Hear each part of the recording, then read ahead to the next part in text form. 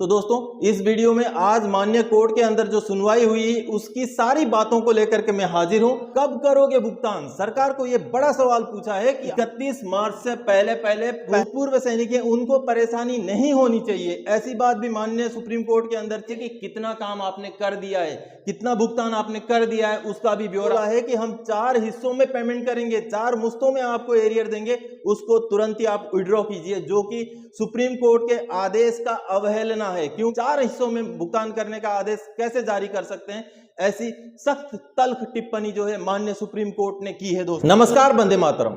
दोस्तों स्वागत है आप सबका सैनिक पाठशाला में। आज 13 मार्च है। आज माननीय सुप्रीम कोर्ट के अंदर ओआरओपी के एरियर के भुगतान को लेकर के सुनवाई थी। दोस्तों आप सब इंतजार कर रहे होंगे दोस्तों कि आखिर माननीय कोर्ट के अंदर आज क्या हुआ, उसकी जानकारी पाने के लिए।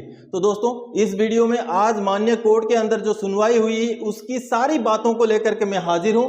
आप सब जैसे बोर्ड पर देख पा रहे हैं दोस्तों, 13 मार्च ऑनरेबल सुप्रीम कोर्ट से अपडेट। तो वहां कोर्ट के अंदर क्या क्या बातें हुई, माननीय सुप्रीम कोर्ट ने सरकार को किस तरीके की जो आदेश दिए है या किस तरीके की बातें वहां पर हुई, सारी बातें जानते हैं। जैसे पॉइंट वाइज मैंने लिख के रखा है दोस्तों कि सबसे पहले मैं आप सबको समझाता हूं पॉइंट वाइज। सबसे पहले आप देख रहे हैं सुनवाई हुई। जी हां, आज बिल्कुल समय से सुनवाई हुई और सुनवाई के अंदर क्या क्या बातें हुई। चीफ जस्टिस ऑफ इंडिया साहब ने कहा कब करोगे भुगतान? सरकार को यह बड़ा सवाल पूछा है कि आप भुगतान कब करोगे। अगला जब एजी यानी कि अटॉर्नी जनरल जो हैं सरकार की तरफ से, जो आर वेंकटरमणी जी हैं, उन्होंने ये जवाब दिया कि 31 मार्च से पहले पहला इंस्टॉलमेंट दे दिया जाएगा, यानी कि फैमिली पेंशनर्स का पूरा भुगतान 31 मार्च से पहले हो जाएगा। उसके बाद जितने गैलेंट्री अवार्ड विनर्स हैं उनका पूरा भुगतान हो जाएगा और बाकी जितने पेंशनर्स हैं उनका पहला इंस्टॉलमेंट 31 मार्च से पहले हो जाएगा। ऐसी जानकारी आर वेंकटरमणी जो सरकार के अटॉर्नी जनरल हैं उन्होंने दी है। अगला दोस्तों एच अहमदी साहब जो हैं, जो इंडियन एक्स सर्विसमैन मूवमेंट की तरफ से जो वकील हैं, उन्होंने ये बात बताई कि 4 एक्सटेंशन ऑलरेडी ले चुकी है गवर्नमेंट, उसके बाद फिर से आप एक्सटेंशन मांग रहे हैं, यानी कि 15 मार्च के अंदर आप भुगतान नहीं कर रहे हैं, इसका मतलब आप फिर से एक्सटेंशन मांग रहे हैं। और साथ ही साथ उन्होंने बोला कि ये बात कहीं ना कहीं 2024 को भी इफेक्ट करेगा, यानी कि सरकार कहीं ना कहीं 2024 का जो है फायदा लेने के लिए इस बात को लंबा खींच रही है। ऐसी बात वकील साहब ने कही जो कि इंडियन एक्स सर्विसमैन मूवमेंट की तरफ से वकील हैं। अगला जो बात है दोस्तों, अटॉर्नी जनरल साहब ने और एक बात कही कि कई सारे जो है असुविधाएं हैं, यानी कि हर्डल्स हैं, कई सारी परेशानियां हैं पेमेंट करने में, जो भुगतान होना है उसके अंदर कई सारी ऐसी विषय हैं जिसकी वजह से परेशानी आ रही है और देरी हो रही है।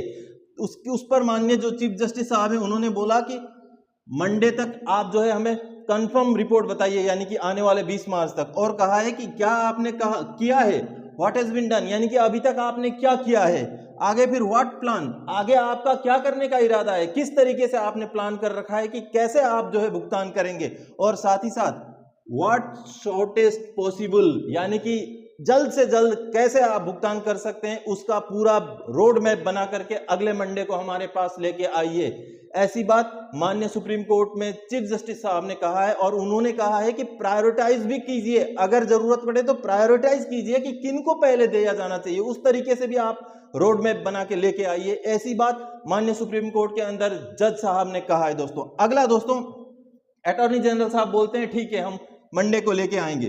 फिर चीफ जस्टिस ऑफ इंडिया साहब बोलते हैं आवर फॉर्मर आर्मी पर्सनल, ये जो हमारे भूतपूर्व सैनिक हैं उनको परेशानी नहीं होनी चाहिए। ऐसी बात भी माननीय सुप्रीम कोर्ट के अंदर चीफ जस्टिस ऑफ इंडिया साहब ने कही और कहा है कि गेट ड्यूज, उनको जो है अपना जो लागू जो उनका पेंशन जो उनको मिलना चाहिए वो जल्द से जल्द जो है मिल जाना चाहिए। और साथ ही साथ बोलते हैं कि उसको प्रायोरिटाइज कीजिए, जैसे मैंने आपको बताया कि उसको प्रायोरिटाइज कीजिए कि किस तरीके से जल्द भुगतान किया जा सकता है, उसको प्रायोरिटाइज कीजिए। और प्रायोरिटाइज करने के साथ साथ ही आप ठोस हमारे पास मंडे को ये बातें लेके आइए कि कितना काम आपने कर दिया है, कितना भुगतान आपने कर दिया है, उसका भी ब्यौरा हमारे पास मंडे को लेके आइए। ये माननीय चीफ जस्टिस साहब ने बोला है। दोस्तों आगे दोस्तों ऑनरेबल सुप्रीम कोर्ट ने यह भी कहा है कि विड्रॉ योर 20 जनवरी नोटिफिकेशन, यानी कि यह बहुत बड़ी बात है दोस्तों कि माननीय सुप्रीम कोर्ट ने यह बोला है कि आपने जो 20 जनवरी 2023 को नोटिफिकेशन निकाला जिसमें यह बोला है कि हम 4 हिस्सों में पेमेंट करेंगे, 4 मुश्तों में आपको एरियर देंगे, उसको तुरंत ही आप विड्रॉ कीजिए, जो कि सुप्रीम कोर्ट के आदेश का अवहेलना है, क्योंकि माननीय कोर्ट ने बोला था कि जल्द से जल्द भुगतान कीजिए और आपने तो 4 मुश्तों में 6-6 महीने के मुश्तों में भुगतान करने का आदेश जारी कर दिया है। तो उस आदेश को आप तुरंत ही जो है विड्रॉ कीजिए। ये एक बड़ी बात कोर्ट के अंदर से निकल के आई है दोस्तों। अगली जो बात है दोस्तों कि defence ministry don't take law in your hands, यानी कि डिफेंस मिनिस्ट्री को माननीय सुप्रीम कोर्ट ने एक बिल्कुल सख्त लहजे में यह बोला है कि आप कानून अपने हाथ में मत लीजिए। जब सुप्रीम कोर्ट ने आपको आदेश दे दिया था कि आपने जो है जल्द से जल्द भुगतान करना है, तो आप कानून को हाथ में लेकर के 4 हिस्सों में भुगतान करने का आदेश कैसे जारी कर सकते हैं? ऐसी सख्त तल्ख टिप्पणी जो है माननीय सुप्रीम कोर्ट ने की है दोस्तों।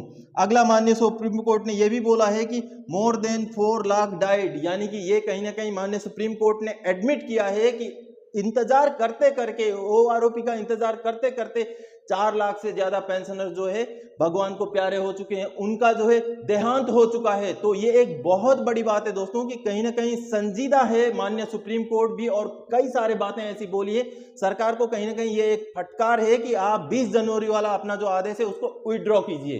दोस्तों आगे जो आज सुनवाई हुई है उससे जो मूल बातें निकल के आई है उसमें से आपको बता देता हूं दोस्तों कि पेंशन के सेक्रेटरी ने जो हलफनामा दाखिल करना था, ऐसा कोई हलफनामा दाखिल नहीं किया गया जो अभी तक पता चला है। आगे दोस्तों जो बजट है, आप सबको पता है कि बजट का जो खर्चा शुरू होता है 1 अप्रैल से शुरू होगा, अगला जो बजट लिया गया है।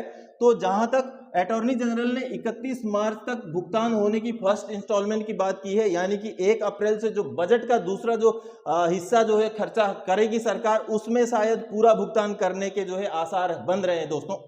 अगली जो बात है दोस्तों कि 20 मार्च, यानी कि 20 मार्च को अब नेक्स्ट हियरिंग है इस केस के ऊपर, 20 मार्च को अगली सुनवाई होनी है।